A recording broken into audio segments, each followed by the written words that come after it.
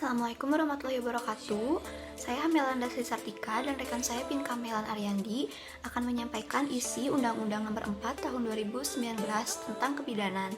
Saya akan menyampaikan bab 6 tentang praktik kebidanan. Untuk pasal 41 ayat 1, yaitu praktik kebidanan dilakukan di dua tempat. Yang pertama, di tempat praktik mandiri bidan, yang kedua di fasilitas pelayanan kesehatan lainnya. Untuk pasal 41 ayat 2, yaitu praktik kebidanan sebagaimana dimaksud pada ayat 1 harus dilakukan sesuai dengan kompetensi dan kewenangan, serta mematuhi kode etik, standar profesi, standar pelayanan profesi, dan standar prosedur operasional. Selanjutnya untuk pasal 42 ayat 1, yaitu pengaturan, penetapan, dan pembinaan praktik kebidanan dilaksanakan oleh konsil.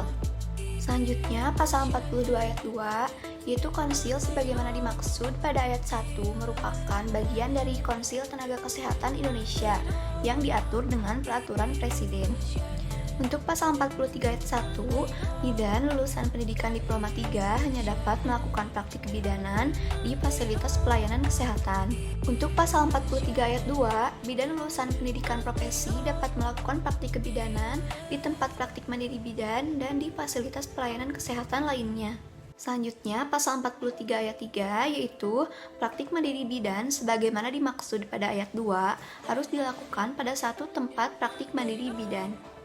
Selanjutnya, pasal 44 yang pertama, bidan lulusan pendidikan profesi yang menjalankan praktik kebidanan di tempat praktik mandiri bidan wajib memasang papan nama praktik. Yang kedua, ketentuan mengenai papan nama praktik sebagaimana dimaksud pada ayat 1 dilaksanakan sesuai dengan ketentuan peraturan perundang-undangan.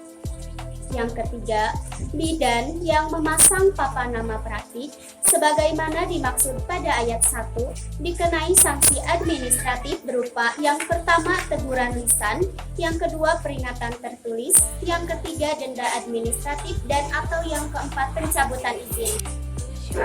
Yang keempat, ketentuan lebih lanjut mengenai tata cara pengenaan sanksi administratif sebagaimana dimaksud pada ayat 3 diatur dengan peraturan menteri.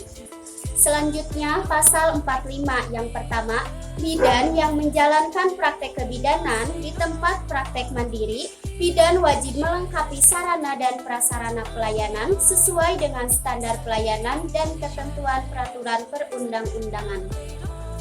2.